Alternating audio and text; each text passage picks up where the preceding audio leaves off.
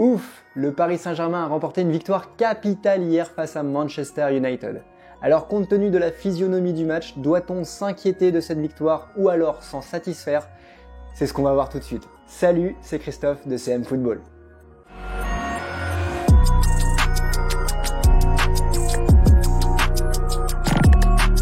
Dans le Fergie Time, on fera un crochet par Séville où un attaquant français a brillé hier soir.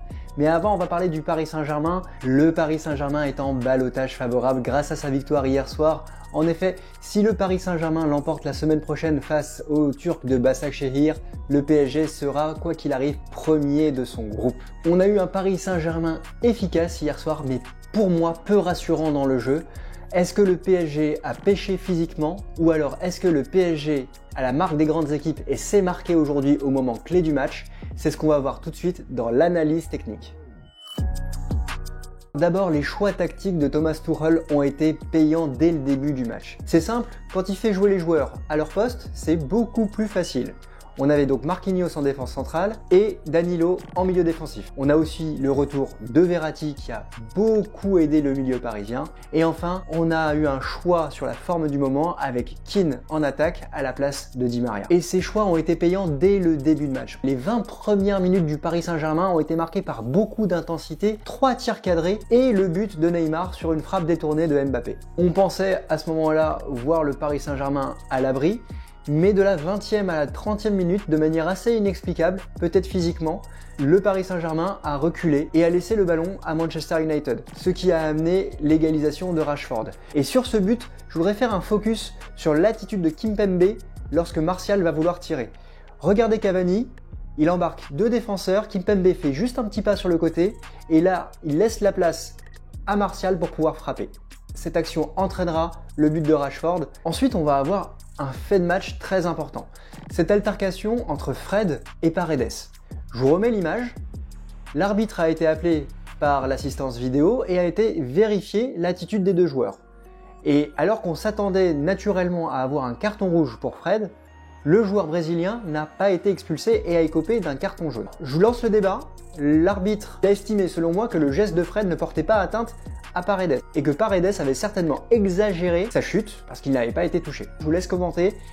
Est-ce que vous pensez que Fred méritait le carton rouge? Est-ce que vous pensez que Paredes a surjoué? Quoi qu'il arrive, le Paris Saint-Germain en cette fin de première mi-temps ne va pas revenir dans le jeu. Et le retour des vestiaires est très compliqué pour les joueurs du Paris Saint-Germain. On va avoir 2 occasions pour Manchester United qui auraient pu prendre l'avantage à ce moment-là. D'abord, Martial qui va avoir ce qu'on appelle un immanquable face à Navas.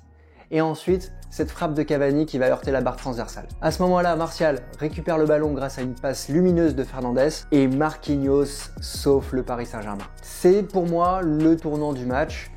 Quelques minutes après, Tuchel change sa tactique en passant d'un 4-3-3 en un 3-5-2 en sortant Kean et en mettant Bakker. En quelques minutes, cela va tout changer pour le PSG. D'abord l'occasion de Bakker, ensuite le but de Marquinhos et dans la même minute, c'est Fred qui va écoper d'un second carton jaune et qui va se faire exclure. Les 20 dernières minutes seront plutôt en faveur du Paris Saint-Germain, ce qui verra Neymar marquer le but du 3-1 qui est très important dans le goal average particulier entre les deux équipes. Vous l'aurez compris, on aura eu 2 Paris Saint-Germain. Un premier efficace, avec 6 tirs cadrés dans tout le match pour 3 buts, et d'un autre, un flottement entre la 20e minute et la 65e minute, qui laisse à penser que, pour moi, le Paris Saint-Germain a pêché physiquement. Alors, il y a encore toujours ce manque de préparation, il y a le retour des blessés, ça correspond aussi à Verratti qui a baissé le pied en début de deuxième mi-temps. On peut retenir évidemment la victoire et cette position favorable pour la qualification, mais il ne faut pas oublier que dans le jeu, il y a eu un gros trou noir au milieu du match.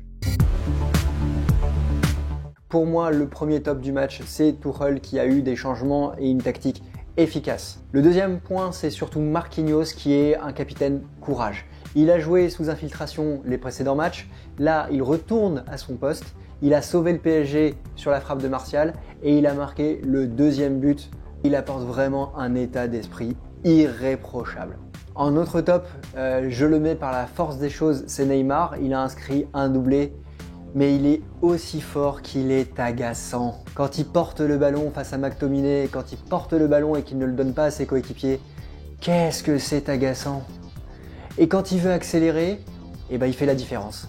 C'est le métronome du PSG, mais ça correspond aussi aux temps forts et aux temps faibles du Paris Saint-Germain dans ce match. En flop, je dirais Keane parce qu'il n'a pas apporté ce qu'on attendait de lui par rapport aux prestations précédentes.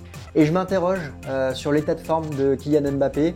Il vient de débuter les 3 derniers matchs après sa blessure. Il a eu très peu d'occasions lors des 2 derniers. Hier, il amène le premier but sur une frappe détournée. Est-ce que c'est pas le moment de le faire souffler comme l'année dernière lors du match face à Bruges? Il n'a toujours pas marqué en Ligue des Champions en 2020 et je m'interroge sur son efficacité et son état de forme. Ce qui va nous amener tout de suite à passer au Fergie Time.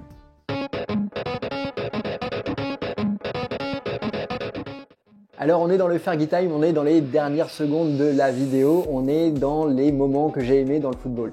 Aujourd'hui j'ai envie de vous parler des attaquants de l'équipe de France. Alors on l'a vu, Martial et Mbappé hier n'ont pas été efficaces.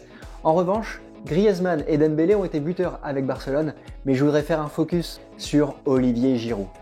On l'avait vu dans une précédente vidéo, il avait un temps de jeu très faible avec Chelsea et hier, il a tout simplement marqué un quadruplé avec Chelsea face à Séville.